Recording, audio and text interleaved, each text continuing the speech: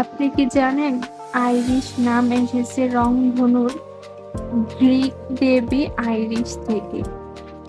এই ফুলের অসাধারণ রং বিভিন্ন অর্থ প্রকাশ করে। বেগুনি মানে জ্ঞান, হলুদ মানে আশা, আর সাদা মানে পবিত্রতা।